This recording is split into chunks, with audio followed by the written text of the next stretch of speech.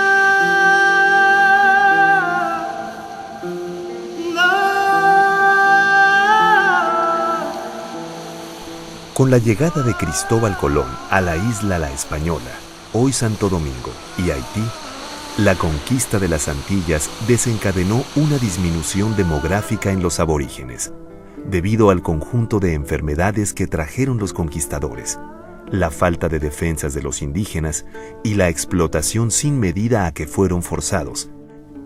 El pronto agotamiento de yacimientos de oro de aluvión y el flujo continuo de españoles deslumbrados por hacer la América generaron el avance de la colonización hacia otros horizontes.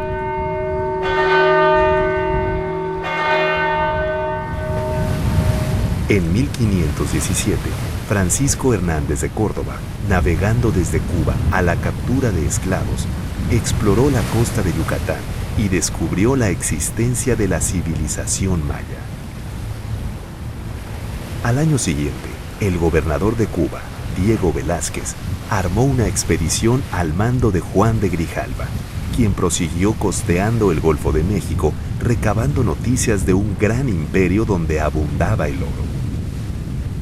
El día de San Juan Bautista, el 24 de junio de 1518, echó anclas frente a un arrecife de coral, que según entendió de unos nativos que se acercaron a la playa desierta, pertenecía al gran señor de Culúa, México Tenochtitlan, por lo que dio al islote el nombre de San Juan de Ulúa. En ese mismo arenal inhóspito, siendo Viernes Santo, el 22 de abril de 1519, desembarca Fernando Cortés y es recibido por indios totonacos que llamaban a esa playa Chalchicueyecan. Para liberarse de la jurisdicción de Diego Velázquez, Cortés convence a sus hombres para formalizar un ayuntamiento, el primero en la América septentrional, dándole el nombre de Villa Rica de la Vera Cruz, que le confiere poderes de justicia, alcalde mayor y capitán. Este es el comienzo de la conquista de México.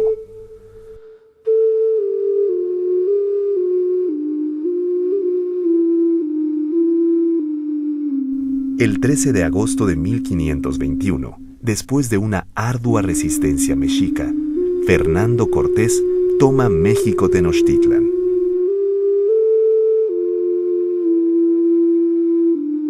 La primera expedición de jesuitas destinados a la Nueva España se embarcó en Sanlúcar de Barrameda, antepuerto de Sevilla, el 13 de junio, y tras 89 días de navegación, arriba al puerto de San Juan de Ulúa el 9 de septiembre de 1572. Eran 8 sacerdotes, 3 escolares y 4 hermanos coadjutores. Como provincial venía el padre Pedro Sánchez. Durante una escala en la ciudad de la Vera Cruz, hoy la Antigua, celebraba su fiesta titular de la Santa Cruz, motivo por el cual las autoridades instaron al padre Sánchez honrase el púlpito aquel día, 14 de septiembre de 1572, que puede considerarse como el primer sermón jesuita escuchado en tierras mexicanas. Santa María, Mater Dei. El día 18, a lomo de mula por el Camino Real, se dirigieron a Puebla y de ahí a la Ciudad de México, donde llegaron la noche del 28 de septiembre de 1572, haciendo el último trayecto en chalupas, surcando la laguna de Chalco y la acequia real. Una vez fundado el Colegio Máximo de México en 1572, pasaron algunos jesuitas a residir a Tepotzotlán, a fin de aprender las lenguas otomí, náhuatl y después también mazahua, y continuar la evangelización iniciada por los franciscanos y el clero secular. Parte fundamental de la historia de la Compañía de Jesús en Nueva España y de México está detrás de estos muros. Haremos un recorrido por los distintos espacios de este conjunto, considerado uno de los ejemplos más significativos de la arquitectura virreinal.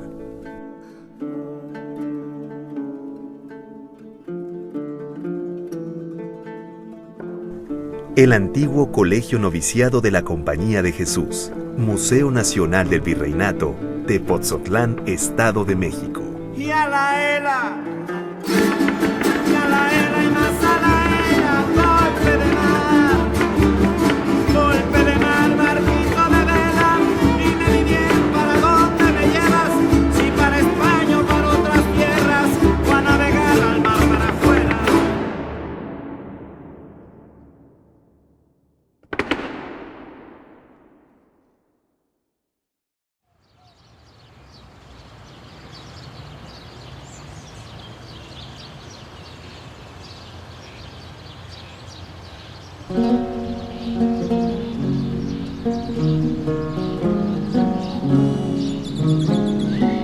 Soy Gaudencio Neri Vargas.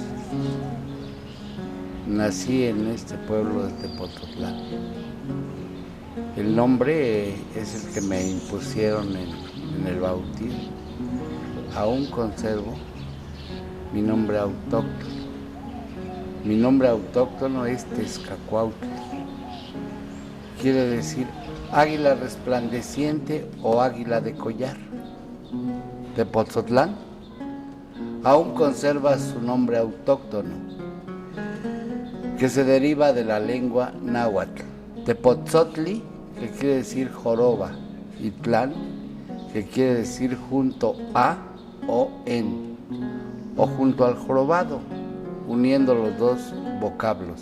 Y esto se debe que el asentamiento prehispánico se dio frente a este pequeño macizo montañoso que tenemos al lado poniente del pueblo, y que esos cerros, particularmente uno, tiene la configuración de joroba. Este fue uno de los asentamientos prehispánicos más importantes. Llegaron a tener estos pueblos mucha importancia antes de que se fundara Tenochtitlan, México, capital de lo que es hoy este país, México.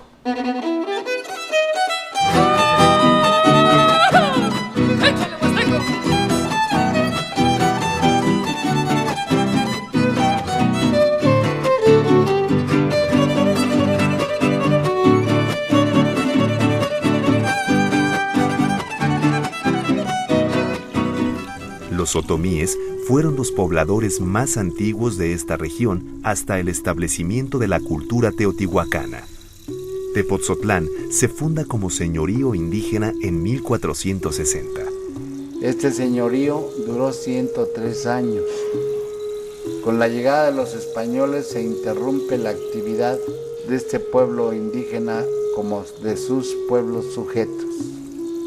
Aquí se asentaron grupos chichimecas provenientes del norte, pero también gente industriosa que venía del Golfo. Aquí llega Hernán Cortés el 3 de julio de 1520. Pasa por este sitio huyendo de la batida que tuvieron el 30 de junio en la calzada de Tlacopan, hoy Tacuba. Como no fueron bien recibidos, tomaron la ciudad a sangre y fuego incendiaron las instituciones con que ya contaba Tepoztlán en ese tiempo. No vuelven aquí los españoles, sino hasta el año de 1525, en que llegan los primeros frailes franciscanos y sobre las ruinas de las construcciones prehispánicas comienzan a edificar una humilde ermita de visita. En el año 1547, Tepoztlán se convirtió en cabecera de doctrina franciscana y en 1569 ya estaba secularizada. Se funda la parroquia y precisamente ahí donde hoy se levanta el templo de San Pedro Apóstol, ahí se levantaba la construcción piramidal principal, que era conocida como Micacalco. Son voces en la lengua náhuatl, que quiere decir en la casa de los muertos. Más tarde llegan los jesuitas a Tepoztlán.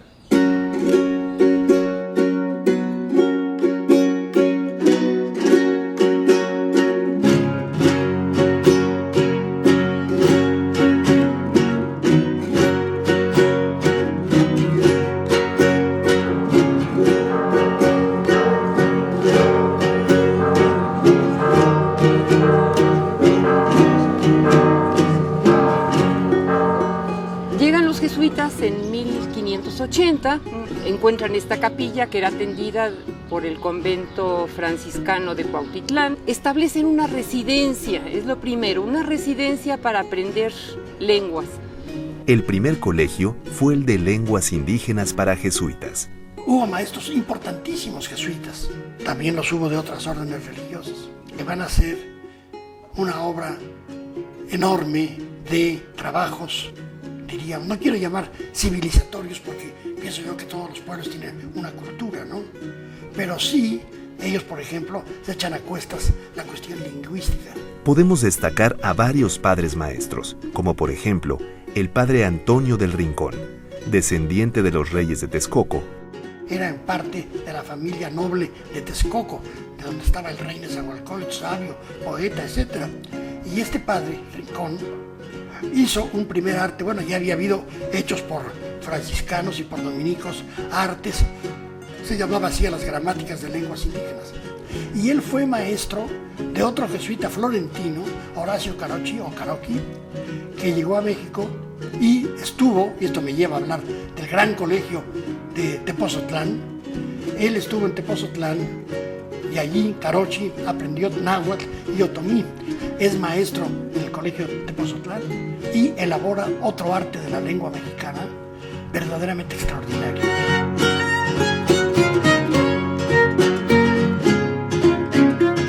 Hay toda una etapa de que los jesuitas atienden a la población como curas de almas y otras que se dedican exclusivamente a lo suyo, al seminario de San Martín.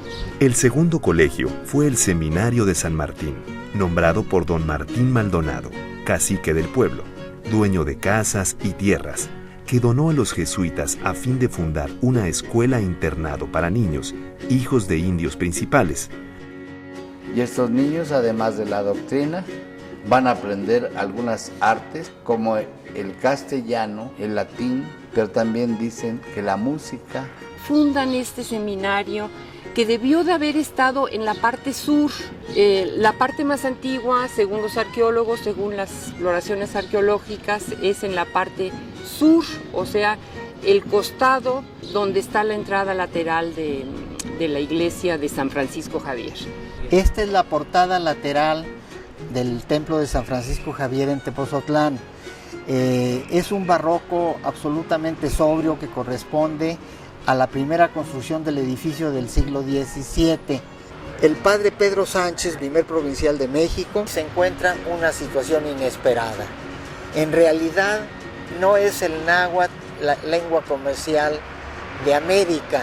El náhuatl se hablaba en los dominios mexicas, pero para el norte cada pueblo tenía un idioma y entonces el náhuatl difícilmente les era útil en la penetración misionera. Era importante aprender por lo pronto el otomí, el mazahua y se podían aprender las lenguas, entonces se establece el noviciado en Tepozotlán. Más tarde el padre provincial decide trasladar de la Ciudad de México a Tepozotlán el noviciado. El tercer colegio fue la obra más prestigiosa del conjunto, el noviciado de Tepozotlán. Procedentes del Colegio Máximo de México, en 1586 llegan los primeros novicios. Su permanencia fue breve, pues la casa que les habían cedido carecía de comodidades para el estudio, por lo que fueron trasladados al Colegio del Espíritu Santo en Puebla. Sin embargo, se dieron cuenta de las ventajas de Tepozotlán para la formación de novicios, por la tranquilidad del ambiente y lo apacible del paisaje. Es entonces cuando el colegio recibe una grata noticia. Un rico comerciante en plata, don Pedro Ruiz de Ahumada, les dejó en su testamento un legado para la construcción del noviciado, y en 1606 regresan los novicios de Puebla a Tepozotlán. La construcción de este claustro se inició en 1606 para albergar a los primeros residentes del colegio. Al mismo tiempo, se comenzó a levantar la capilla del noviciado, la hospedería y el portal de peregrinos.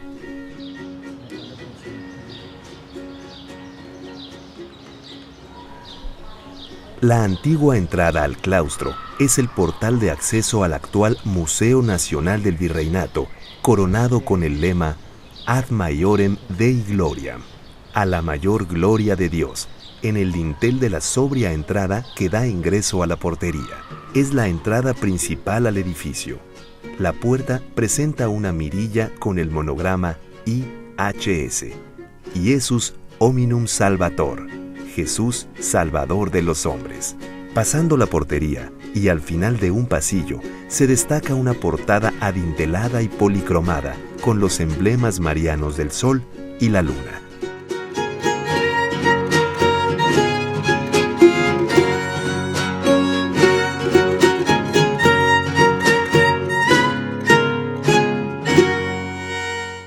Este pórtico señala la división entre el claustro de los aljibes y el noviciado, propiamente el área del noviciado. Y el letrero está en la casa de Dios y la puerta del cielo. Capilla del noviciado.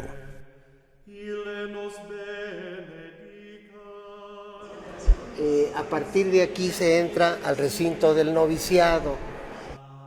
Se percibe un tono de intimidad y privacidad con su vestíbulo y reja cancel de madera, cuyo remate tiene una inscripción latina. Domine dilexi decorem domus tuae. Señor, he amado el esplendor de tu casa. Y es muy interesante en el sentido iconográfico el marco herreriano, este marco que termina con los pináculos rematados con pomas isabelinas, que es el símbolo del Escorial que trata de poner la Casa de Austria para originar un estilo español. De la decoración con azulejos del vestíbulo han quedado como muestra algunas piezas. En este recibidor se encuentra un lienzo del siglo XVIII, pintado por Miguel Cabrera, que representa a la Sagrada Familia, y un retrato anónimo de San Ignacio de Loyola. Soy Alfonso Alfaro, soy antropólogo. Estamos en la capilla del noviciado de Tepozotlán.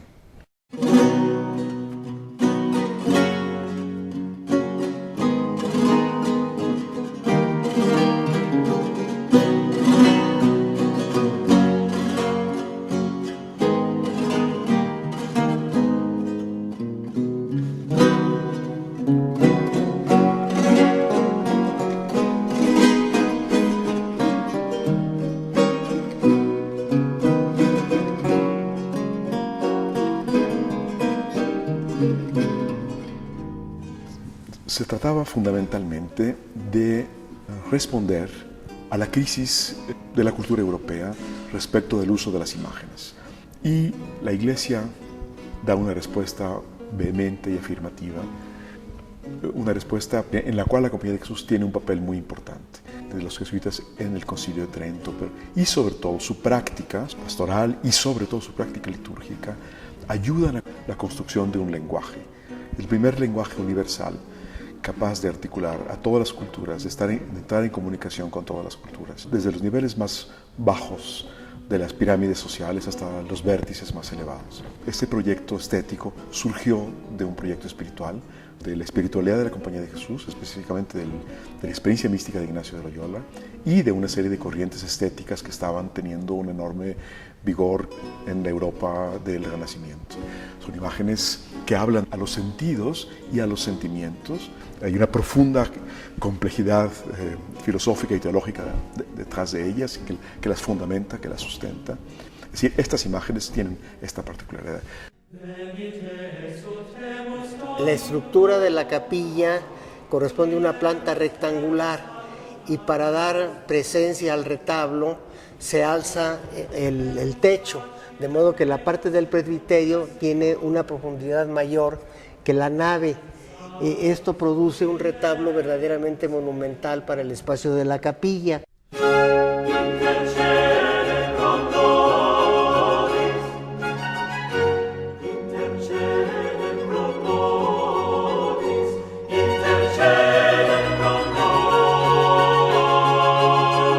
Y luego es muy interesante la cubierta. La cubierta va a representar los escudos de las órdenes religiosas que participan en la evangelización en México. Los muros están decorados con esculturas estofadas de santos, ángeles y vírgenes. Del lado izquierdo, frente al altar, está la Virgen de los Dolores. Una particularidad de la cultura occidental es esta fuerza extraordinaria. Digamos, en ninguna otra civilización del mundo la figuración plástica ha alcanzado el desarrollo que ha alcanzado en Occidente, y es en buena medida a partir de ese momento que decidió explorar la figura humana como signo principal de expresión de la divinidad.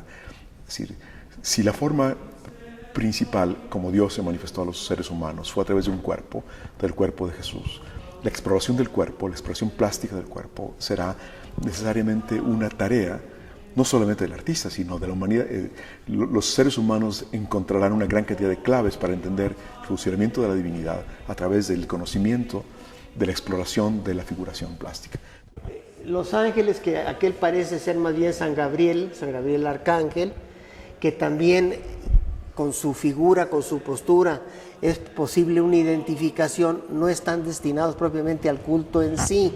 Entonces, si tú ves esta imagen y ves el atributo que lleva la azucena, pues obviamente está haciendo una alusión a San Gabriel en el momento de la Anunciación, pero no es una escultura hecha para rezársele, sino para recordar el momento histórico. Sobre la puerta de acceso está colocado un enorme lienzo, una obra de autor anónimo del siglo XVII que representa la alegoría de los arcángeles y la orden jesuita. En los extremos inferiores se representa a 6 jesuitas. Preside la escena la Santísima Trinidad, el Padre, el Hijo y el Espíritu Santo. Complementan la decoración del presbiterio imágenes de santos jesuitas y 2 portadas de madera tallada y dorada. Una pertenece a la sacristía y la otra sirve de marco al nicho de la escultura orante del benefactor Pedro Ruiz de Ahumada. Es don Pedro Ruiz de Ahumada, descendiente de la familia de Santa Teresa de Ávila, que es uno de los donantes fundamentales de la capilla del noviciado, y por eso se le pone en oración en el presbiterio.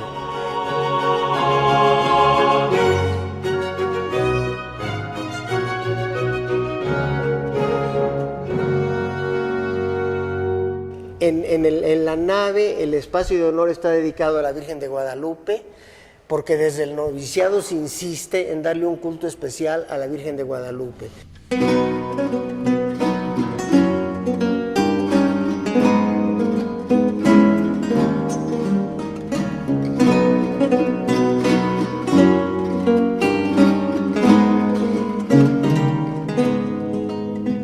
Si tú sigues de principios del siglo XVII a la coronación pontificia, está siempre la presencia de jesuitas dirigiendo toda la devoción mariana, encauzándolo hacia la imagen de la Virgen criolla, la Virgen mestiza, que va a ser el fundamento de la nacionalidad mexicana en cuanto al aspecto religioso.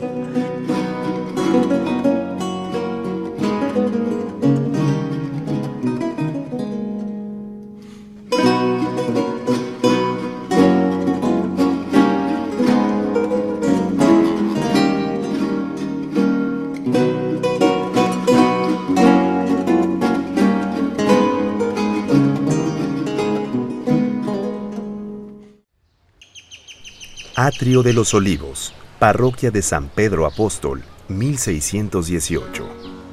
Es un espacio que ocupa parte central del poblado. La fisonomía ha cambiado a través de los siglos.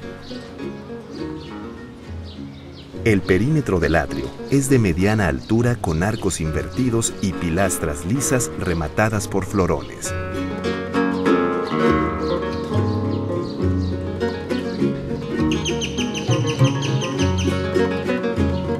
Según la Corónica y Historia Religiosa de la provincia de la Compañía de Jesús de México en Nueva España, del padre Andrés Pérez de Rivas, la parroquia de San Pedro fue construida por los jesuitas en 1618 al recibir la propiedad del curato. La huerta tiene una extensión aproximada de 3 hectáreas y limita con la parte posterior de la hoy parroquia de San Pedro y su casa cural, así como con la antigua zona de molinos. Capilla de la Huerta. En la huerta se ubica la pequeña capilla de Montserrat. La capilla aloja un relieve de piedra con restos de policromía, que representa a la Virgen con el Niño. Esta devoción, conocida como Virgen de las Nieves o del Popolo, fue introducida en América por los jesuitas para ser venerada en los colegios recién fundados.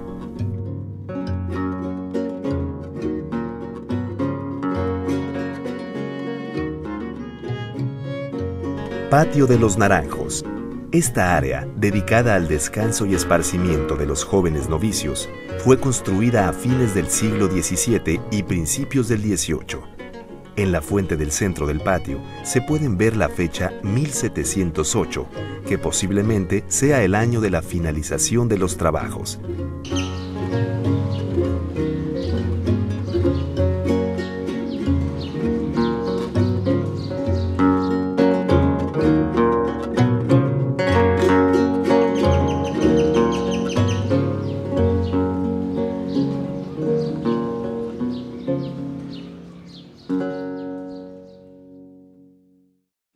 Tepozotlán es una iglesia y un convento, colegio, no convento. Los jesuitas no tenían conventos, tenían colegios.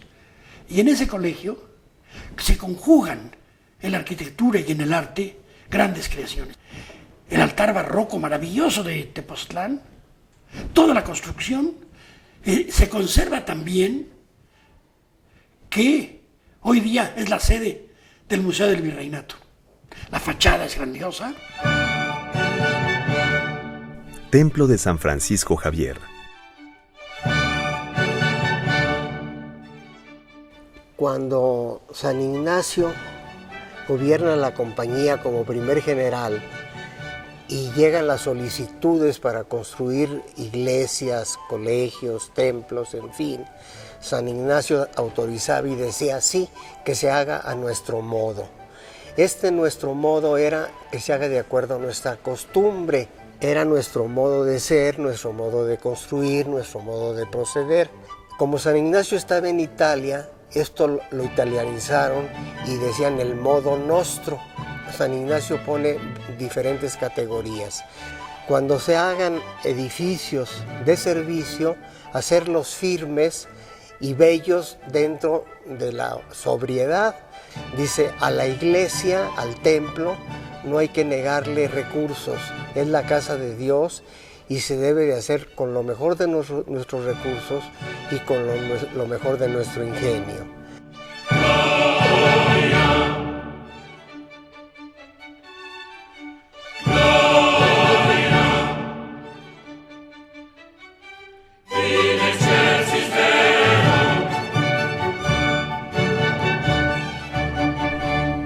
El templo de San Francisco Javier vino a sustituir a un antiguo recinto presidido por la Virgen de la Compañía. Y las funciones públicas las dan en esta iglesia de San Javier, que se inaugura en 1682.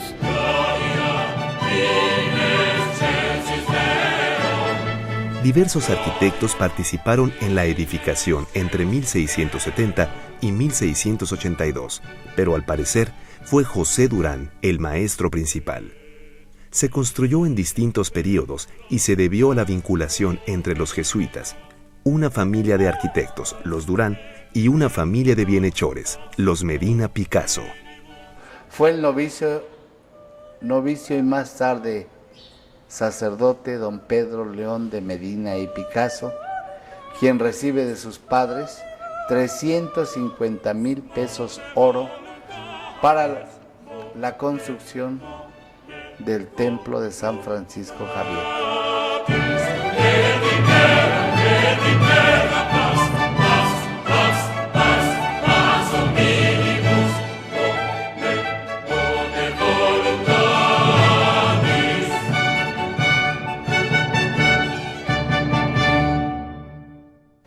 Pero el interior del templo no tenía la hermosura que podemos contemplar hoy. Tenía otros retablos más modestos. Retablos del presbiterio.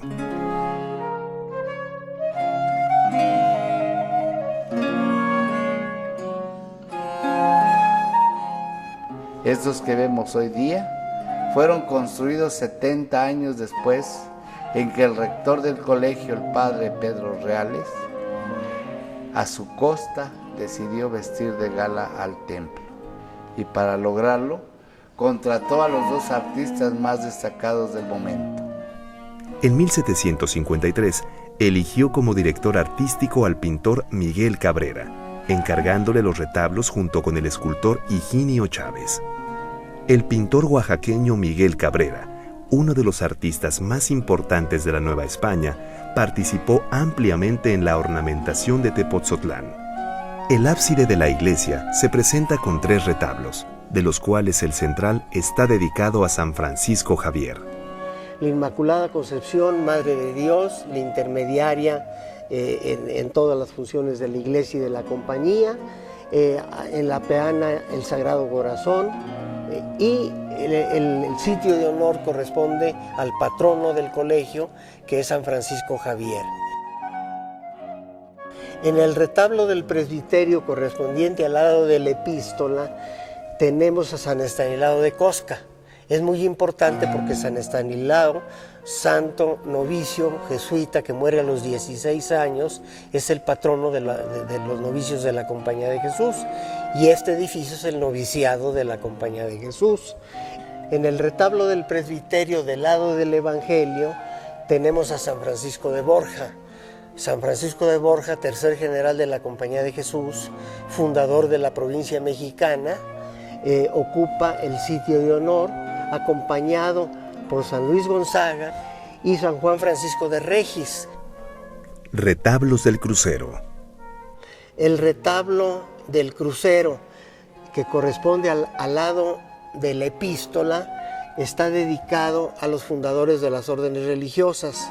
Entonces, en el centro, obviamente, aquí sí está San Ignacio de Loyola, padre y fundador de la compañía, acompañado de los santos fundadores de las órdenes religiosas que participaron en México. En los brazos del crucero y la salida de la antesacristía se encuentra el retablo dedicado a la Virgen de Guadalupe, devoción impulsada por los jesuitas en los siglos XVII y XVIII. Después del presbiterio, el retablo más importante es el del lado del Evangelio.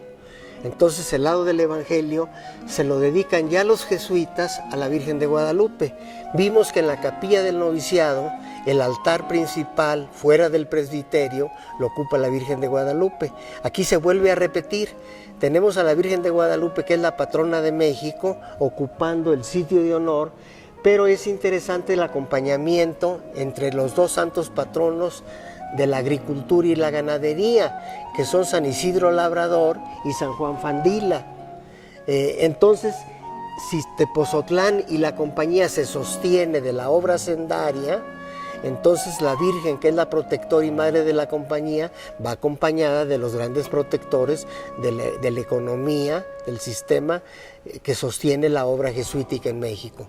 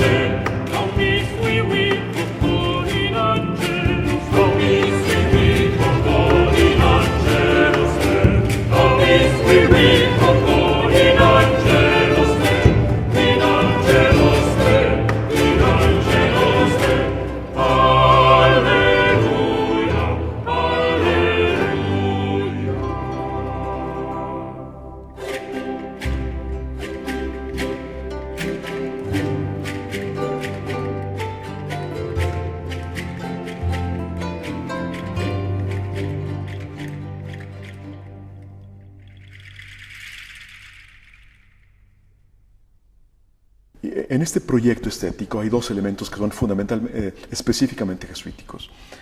El primero de ellos era el uso de la perspectiva lineal, y el segundo, el hecho de que la perspectiva lineal, al estar construida con puntos sobre líneas que convergen en un punto de fuga, en un punto central, construyen un espacio orientado. Y esta orientación de las diferentes realidades en torno a unas líneas que convergen está directamente relacionada con el punto esencial de partida del proyecto espiritual de la Compañía de Jesús, que es el principio y fundamento del cual surgen los ejercicios espirituales. Pintura mural.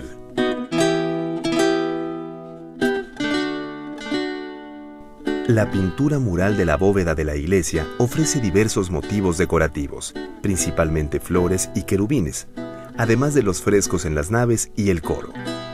Las pinturas que recubren las bóvedas del presbiterio y del crucero son la glorificación de San Ignacio de Loyola y de San Francisco Javier, que entre otras fueron realizadas por Miguel Cabrera entre 1755 y 1756. Dejando el testimonio de su firma en la bóveda.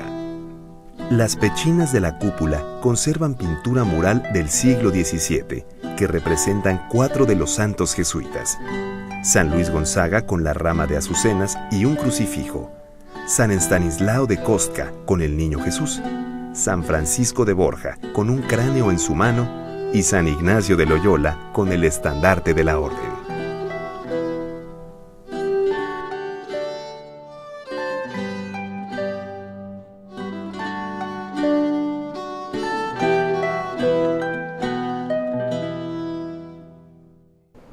La fachada que orna este templo fue construida años después por el arquitecto don Ildefonso Iniesta Bejarano y Durán.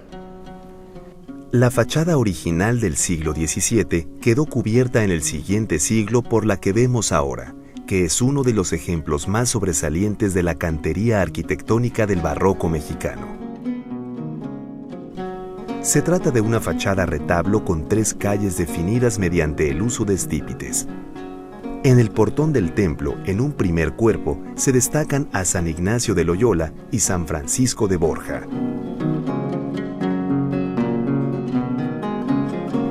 segundo cuerpo se abre una enorme claraboya, sobre la cual desplanta un nicho con la imagen titular, San Francisco Javier. En el segundo cuerpo está representada la gloria alcanzada por santos de distintas órdenes religiosas. En los nichos vemos a San Luis Gonzaga y San Estanislao de Kostka, novicios ejemplares de la Compañía de Jesús. En el remate, la Madre de Dios, la gran patrocinadora de la Compañía de Jesús, y como culminación de todo el conjunto, la escultura de San Miguel Arcángel, que protege a la población de Tepotzotlán.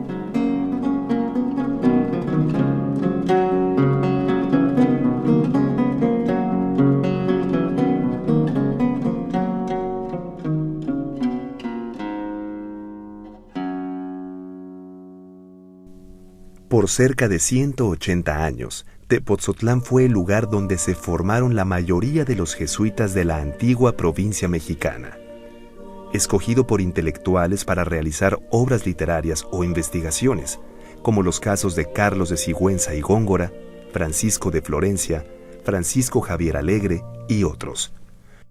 Si el arte del que acabo de hablar es un arte que tiene como misión principal hacer sentir la presencia de la divinidad y unir a los seres humanos y mostrar y permitir que cada uno de ellos, con su propio lenguaje, exprese lo que busca, el proyecto ilustrado del siglo XVIII, el arte surgido del proyecto ilustrado, tiene como principal objetivo mostrar no la grandeza de Dios, sino la grandeza del Estado. De sustituir un arte de la pasión por un arte de la razón, el Estado, en el momento en que lanza las tres grandes ofensivas de la última modernización borbónica, que son la lucha contra la diversidad étnica en las lenguas indígenas, es decir, el intento de castellanizar de forma forzada a toda la población de forma acelerada. El segundo es el intento por erradicar ese arte, este arte vehemente. El tercer pilar fundamental de este proyecto disruptivo es la eliminación de la Compañía de Jesús. Y la expulsión de la Compañía de Jesús es necesariamente la conclusión de este proceso. La expulsión, el destierro. En 1767, Carlos III expulsó a los jesuitas de los dominios españoles. La madrugada del 25 de junio, los jesuitas de Tepotzotlán fueron arrestados y remitidos al viejo continente. Un tercio quizá menos de un tercio tal vez de la gente de la provincia eran checos, alemanes, polacos, italianos. Había una élite internacional totalmente conectada con la cultura más moderna y con la cultura más sólida desde el punto de vista clásico, pero con las culturas indígenas también. Es decir, esta élite capaz de hacer eso, de vincularse hacia arriba, hacia abajo, hacia los lados, es algo que fue roto, desarticulado, desbaratado en una noche.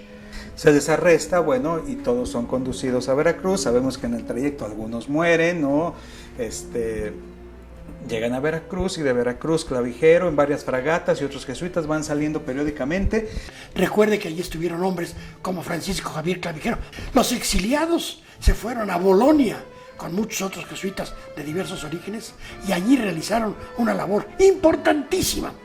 Y de repente llega a manos de Clavijero un libro escrito por un señor, Corneille de Pau, ¿no? Nacido en Holanda, un filósofo, que hace una publicación que se llama Investigaciones filosóficas sobre los americanos, la Recherche philosophique sur les Américains.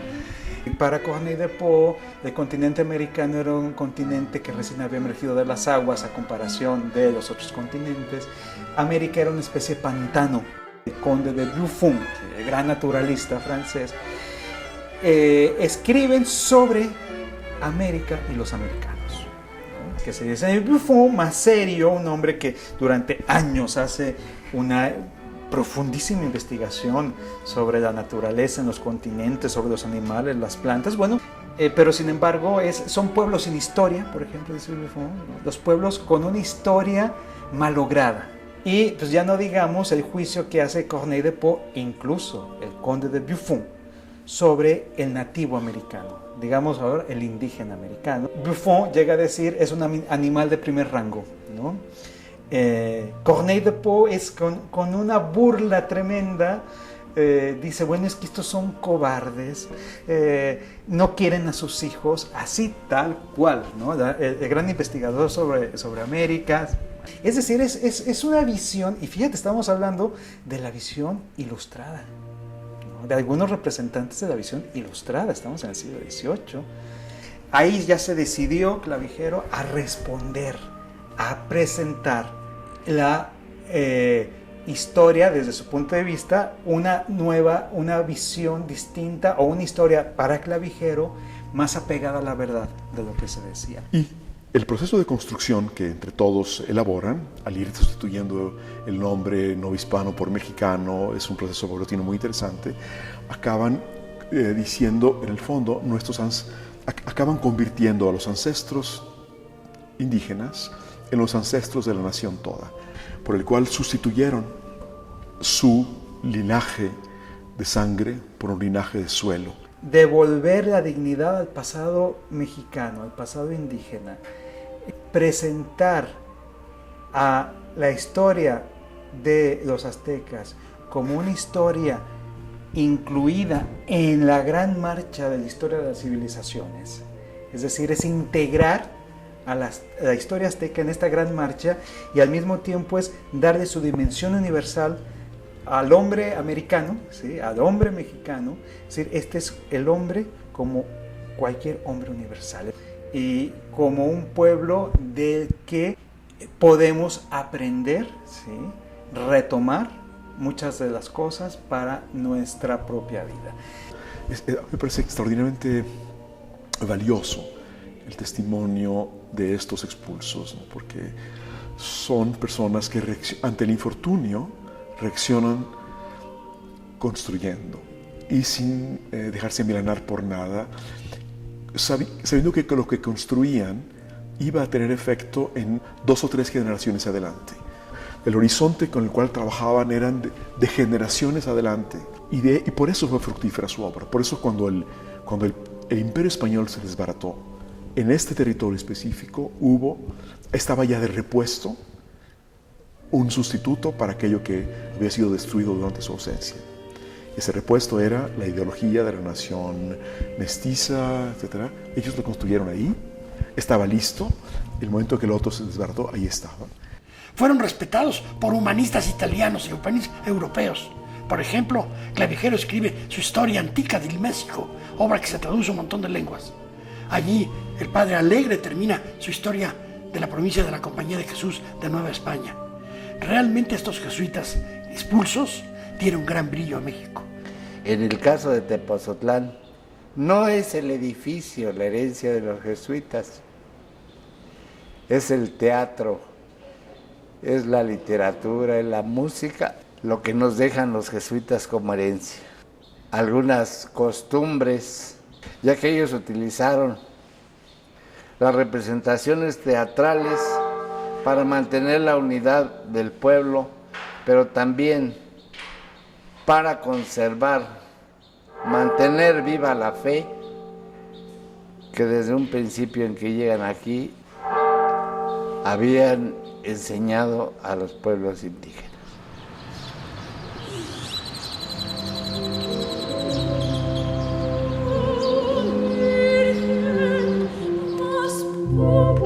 Que el nardo y la rosa, mujer más preciosa que el fulgido sol, escuchan los ecos de aqueste mi canto y enjugan mi llanto de angustia y dolor. El 2 de febrero de 1933 se declara Monumento Nacional. Entre 1960 y 1964, el Instituto Nacional de Antropología e Historia, INA, restaura el edificio, enriquece sus colecciones con objetos de procedencia y temática variada y lo inaugura como Museo Nacional del Virreinato. Tepotzotlán es cabecera del municipio de su nombre perteneciente al Estado de México, localizado a 41 kilómetros de la Ciudad de México. El poblado recibió la declaratoria de la Secretaría de Turismo en la categoría de Pueblo Mágico. Desde el 1 de agosto de 2010 fue declarado Patrimonio de la Humanidad por la UNESCO, en la categoría de Itinerario Cultural Camino de Tierra Adentro. Hoy día la presencia jesuítica destaca mucho en la educación y creo que tienen una posición de respeto y de reconocimiento por la sociedad.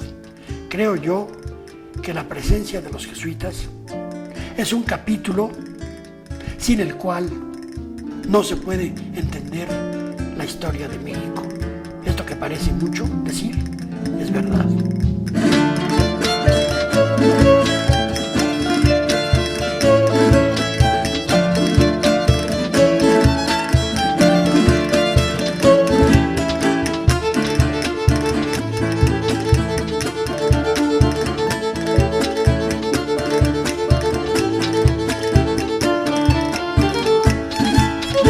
El antiguo Colegio Noviciado de la Compañía de Jesús, Museo Nacional del Virreinato, Tepotzotlán, Estado de México.